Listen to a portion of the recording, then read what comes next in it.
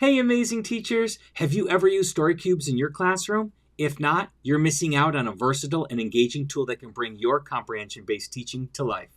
Story cubes are essentially dice with pictures on the side, and they're fantastic for sparking creativity and guiding language production. One quick win you can implement right away is to have your students roll the cubes and create a story based on the images.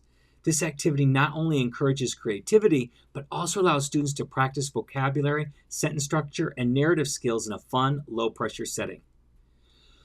Another great strategy is to use story cubes for collaborative storytelling. Divide your class into small groups and give each group a set of cubes.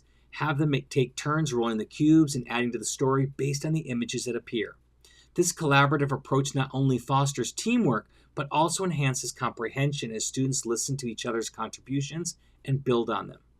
Plus, it's a fantastic way to get students thinking on their feet and using the language spontaneously, which is a key aspect of comprehension-based learning. Finally, you can use story cubes as a tool for practicing specific grammar points in context.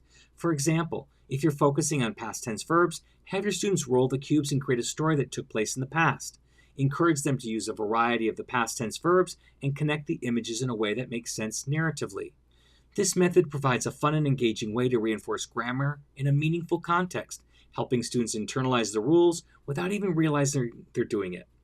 And if you're looking for more ways to keep your classroom dynamic and focused, check out our Dynamic Discipline course at mm.us/discipline. It's full of strategies to help you manage and engage your students effectively. Happy comprehensible input.